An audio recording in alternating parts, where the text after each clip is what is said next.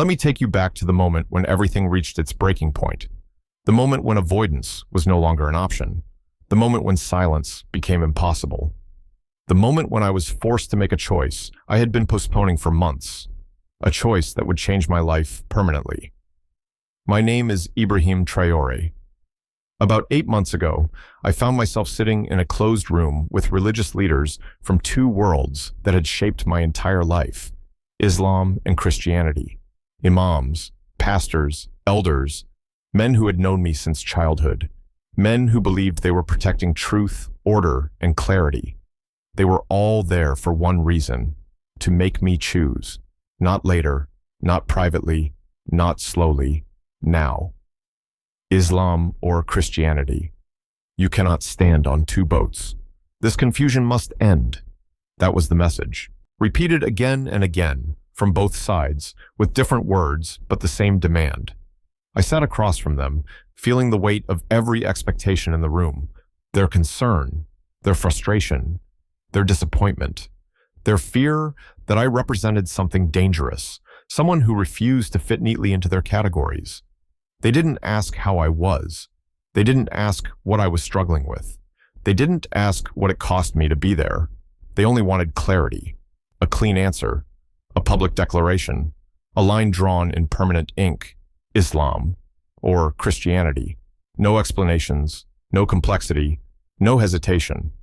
Before I could answer, I knew something deep inside me was already breaking, because the truth of my life could not be reduced to a single word. And to understand why that moment mattered so much, you need to know how I got there. To understand why that room felt so heavy, you have to understand where I come from. I was not born into confusion. I was born into Islam. Islam was not just a religion in my family. It was the air we breathed. It shaped our daily rhythm, our language, our moral compass. From a young age, I learned how to pray, how to bow, how to fast during Ramadan. I memorized verses of the Quran. I was taught that God is one, merciful, just, and sovereign over all things. Islam gave me structure. It gave me discipline. It gave me a deep awareness of God's presence in everyday life. I was taught to respect elders, to care for the poor, to take responsibility for my actions, and to submit my will to God rather than to my own desires. These were not empty rituals to me. They were meaningful. They shaped who I became. For most of my life, I never questioned my faith. I didn't feel the need to. Islam was not something I was rebelling against. It was home. And that is important to say clearly, because what happened later was not born out of anger, rejection, or dissatisfaction. I was not searching for another religion. I was not looking for a spiritual alternative. I was not trying to escape my culture or my family. Then, about 2 years ago, something happened that I did not plan for and could not control. I encountered Jesus Christ. Not as an idea, not as a historical figure, not as a comparative theology discussion, but as a living reality. It wasn't dramatic in the way people often expect. There were no flashing lights, no voices from the sky, just a moment of overwhelming clarity, an encounter that cut through my assumptions and left me unable to explain what I had experienced, yet unable to deny it. Something changed inside me. I didn't stop believing in God. I didn't abandon monotheism. I didn't suddenly reject everything I had been taught. But I could no longer ignore what had touched my life. And that is where the tension began. Because when something transforms you at that level, pretending nothing happened becomes impossible. After that encounter, I tried to do what many people do when their inner world changes faster than their outer one. I tried to manage it quietly. In private, I began to read the Bible. I prayed to Jesus in my room, behind closed doors, in words I was still learning how to speak. I attended church services, sitting in the back, listening more than talking, absorbing everything slowly. In public, especially around my family, I remained Muslim. I prayed, as I always had. I fasted during Ramadan. I recited the Quran when others were present. Outwardly, nothing had changed. I told myself this was temporary, that I just needed time to understand what had happened to me, time to protect my family from pain, time to figure out how these two realities could coexist without destroying everything I loved. I convinced myself that I was being wise, but wisdom slowly turned into tension. I was praying as a Christian in secret and as a Muslim in public. I was living two spiritual lives that never fully touched each other. And while I believed I was protecting everyone else, I was quietly tearing myself apart. It wasn't just exhausting, it was disorienting. In Muslim spaces, I felt like I was hiding something essential about myself. In Christian spaces, I felt like I was holding something back, afraid of being seen as not fully committed. I belonged everywhere, and yet I fully belonged nowhere. Over time, people began to notice. Muslims started asking questions: why I spoke differently about Jesus, why I hesitated during certain theological conversations, why I seemed less certain about things I once spoke about confidently. Christians noticed too. They saw my caution, my reluctance to publicly identify as one of them, my careful language when Islam came up. Suspicion grew on both sides.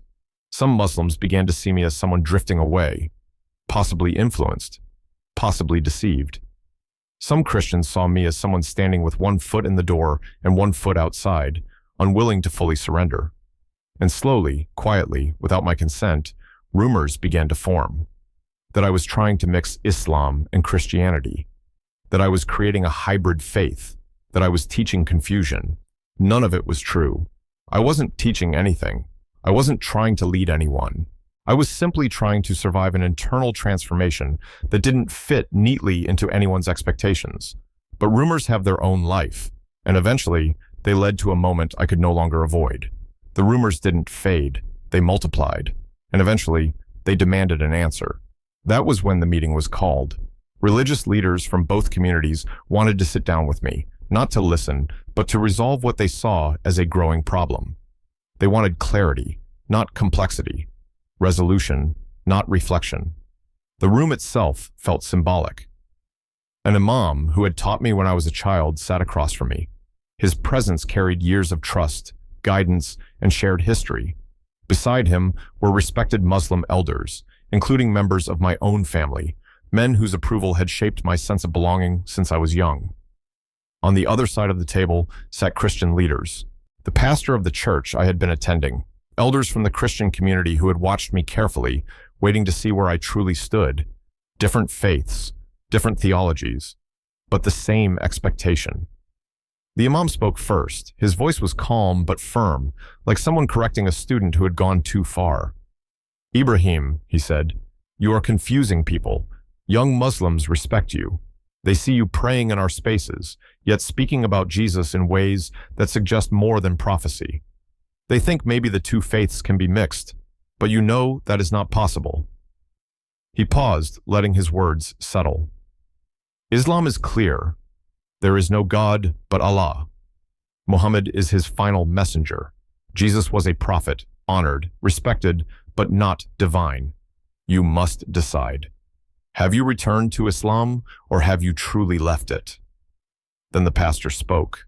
His tone was different, but the message was almost identical. "Ibrahim," he said, "you cannot serve two masters. Jesus himself said that. Either he is Lord of your life, or he isn't.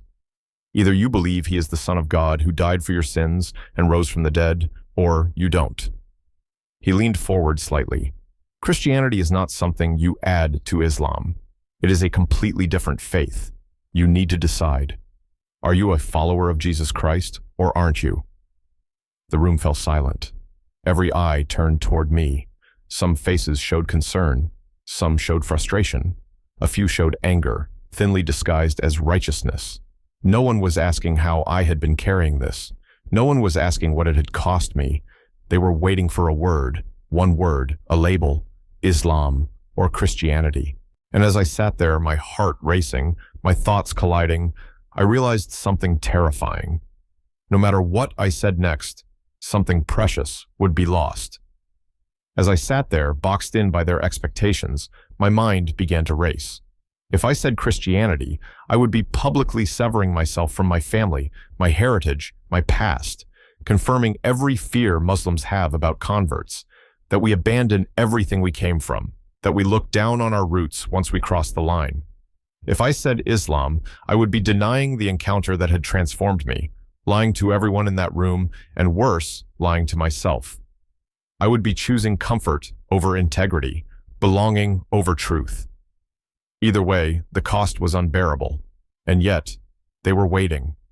That was when I realized something. The question they were asking was not the question I was actually facing. So I took a deep breath and said, "Can I ask a question before I answer?" The Imam nodded. "Of course." I looked around the room and asked slowly, carefully, "Why does this have to be a choice between Islam and Christianity?" A few people shifted in their seats. "Why can't it be a choice between truth and falsehood?" I continued. "Between following God and following my own fear? Between living with integrity and living with hypocrisy?"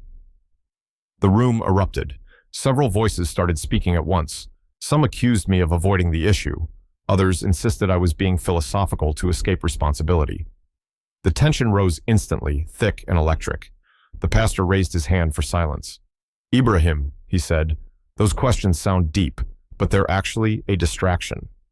Truth is found in Jesus Christ." He said, "I am the way, the truth, and the life. No one comes to the Father except through him."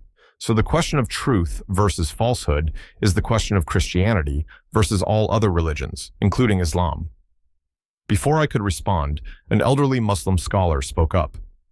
"And from our perspective," he said, "truth is found in the Quran, the final revelation from God. Islam completes and corrects what came before it, including what was given to Jesus. So again, the question remains the same. Do you accept this final revelation, or do you reject it?" I felt trapped. Every attempt to widen the conversation was pulled back into the same narrow corridor. Choose, declare, submit, to one side or the other.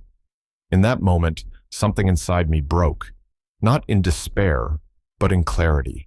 I realized that if I answered the way they wanted, I would be surrendering my conscience to institutions that cared more about boundaries than about truth as it is actually lived. So I did something I hadn't planned. I stood up and I said, "I can't choose the way you want me to choose. Not today, not like this." The room went completely silent. The Imam looked shocked. The pastor looked deeply disappointed. Before anyone could interrupt, I raised my hand. "Please," I said, "let me explain.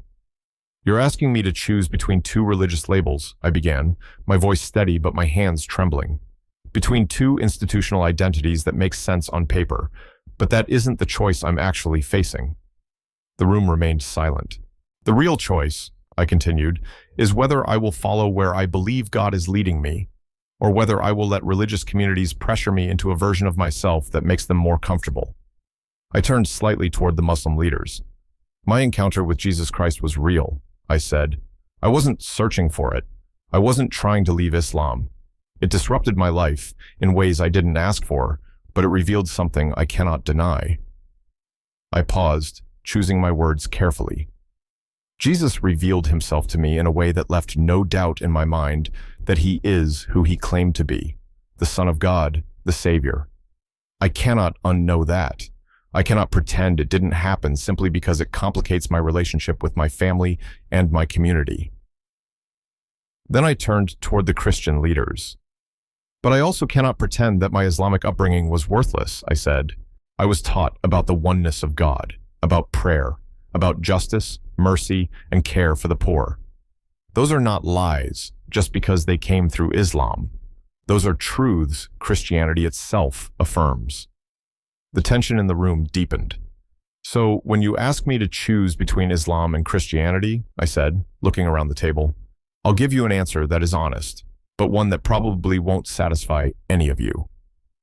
I took a breath. I follow Jesus Christ. He is my Lord and Savior. I believe he died for my sins and rose from the dead. I believe he is the way to the Father. In that sense, I am a Christian. Several people reacted immediately, but I held up my hand. "But I am a Christian who honors his Islamic heritage," I continued. "A Christian shaped by Muslim values. A Christian who still recognizes truth in much of what Islam teaches. I am not a Muslim pretending to be Christian, and I am not a Christian pretending to be Muslim. I am someone who follows Jesus while refusing to despise the faith tradition that formed me."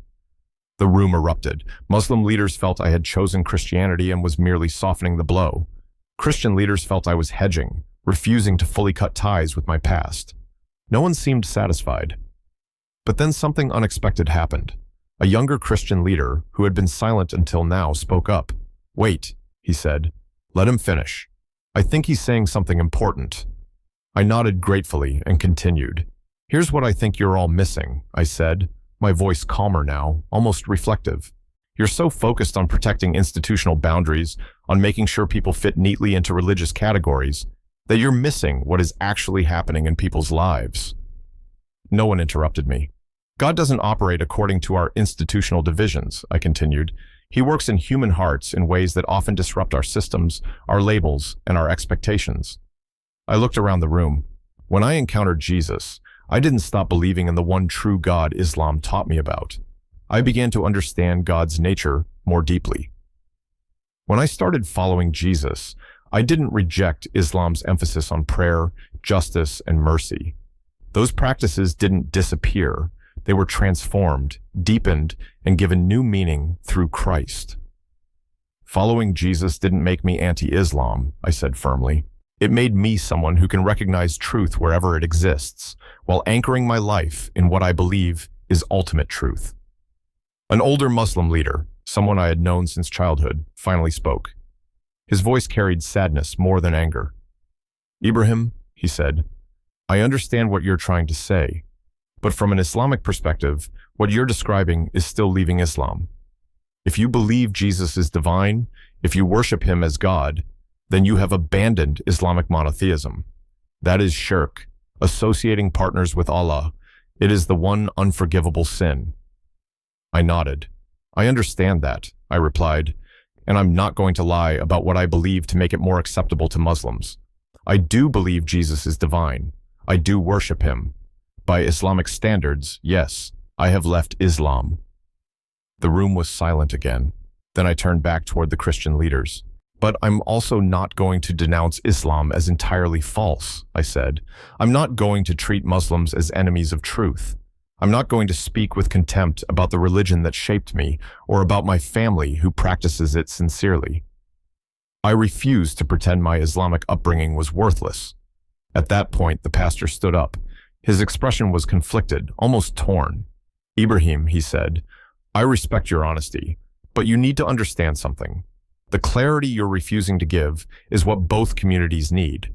He continued, "Muslims need to know you've fully left Islam so they can either try to bring you back or accept that you're gone. Christians need to know you're fully committed to Christ so they can trust you and embrace you as a brother." He looked directly at me. "By staying in this ambiguous middle position, you're not helping anyone." I met his eyes. "With respect," I said quietly, "I disagree." "With respect," I said, "I disagree. I think the ambiguity you're uncomfortable with is actually where real life happens." I let the silence sit for a moment before continuing. Most journeys from Islam to Christianity are not clean or simple. They're not instant transformations where someone sheds their past like a coat and steps into a new identity untouched. They're slow, painful, complicated journeys where people carry their history with them even as they follow Christ. By demanding a simple either-or answer, I said, you're not reflecting reality. You're trying to force reality into a framework that makes institutions feel safe. No one spoke. Then the Imam, the man who had taught me to pray when I was a child, finally broke the silence. His voice was low, steady, and thoughtful. "Ibrahim," he said, "I will speak to you honestly." He looked directly at me. "From my perspective, you have chosen Christianity. You say you follow Jesus as Lord. You believe he is divine. You worship him. That is Christianity, not Islam." He paused. "The things you say about honoring your heritage, valuing Islamic teachings, those are not your position. Those are how you are trying to make peace with the choice you have already made." He wasn't angry. He wasn't threatening. He was naming reality as he saw it. "I am not saying this to pressure you," he continued. "I am saying it because I believe you must be honest with yourself. You have converted to Christianity." His words landed heavily, and strangely, I felt no need to argue, because he was right, at least in one sense. By Islamic theology, I had left Islam. I was no longer pretending otherwise. But what neither side fully understood was this: leaving Islam did not mean erasing my past. Following Christ did not require hating where I came from. I stood there, suspended between worlds, fully known by neither, fully claimed by none. I walked out of that room having lost something from both sides, but I also walked out with something intact: my integrity. I did not choose comfort over truth. I did not trade honesty for acceptance. I did not reduce my life to a label just to make others feel at ease. That day, I learned something painful and freeing at the same time. Sometimes following God does not lead you into clearer belonging. It leads you into deeper loneliness. And sometimes the price of faithfulness is standing alone, knowing you answered honestly, even when no one applauds. People often assume that after a moment like that, everything becomes clear. It doesn't. There was no dramatic resolution after I left that room. No applause, no embrace, no sense of arrival, just distance, awkward silence, conversations that stopped mid-sentence, invitations that quietly disappeared. Some Muslims avoided me entirely. Others spoke to me with a politeness that felt heavier than anger. A few tried to bring me back, convinced I had been misled. Most simply didn't know what to do with someone like me anymore. Among Christians, the response was different, but not easier. Some welcomed me warmly, relieved that I had finally spoken clearly. Others kept their distance, unsure whether I was fully safe, fully one of them. My past made people uncomfortable. My refusal to despise where I came from made them suspicious. I learned something in that season. Conversion doesn't always move you from outside to inside. Sometimes it moves you from one edge to another. I also learned that loneliness can be spiritual. Not the loneliness of being unseen, but the loneliness of being seen clearly and still not fitting anywhere. There were nights when I wondered if honesty had been a mistake, if life would have been easier had I chosen a simpler story, if clarity, the kind everyone demanded, was worth the cost. But every time I tried to imagine myself living a lie, denying what I believe, performing a version of myself to maintain belonging, I felt something inside me close in on itself, and I knew I couldn't go back. What I carry now is not certainty in the way institutions define it.